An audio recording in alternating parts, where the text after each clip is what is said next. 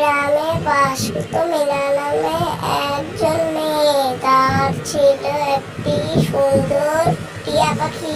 সে একদিন তাদের বাড়ির উঠানে খেলছিল। হঠাৎ ঠাকুমা ডাক দিল। ঠাকুমা তাকে খেতে দিল। তারপর তার বাবা দেখে এখানে নেই।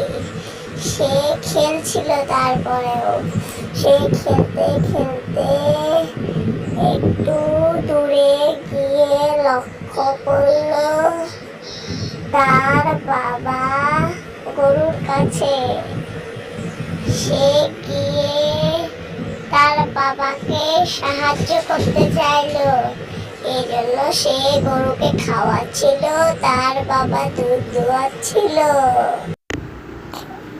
খাওয়াতে খাওয়াতে দেখলো গরুর পিঠে প্রচন্ড মাছি বসছে। গরুগুলো প্রচন্ড বিরক্ত বোধ করছিল। তার কিছুক্ষণ পরে তার বাবার দুধ দোয়ানো শেষ। মিনা সাহায্য করে খুবই খুশি হলো।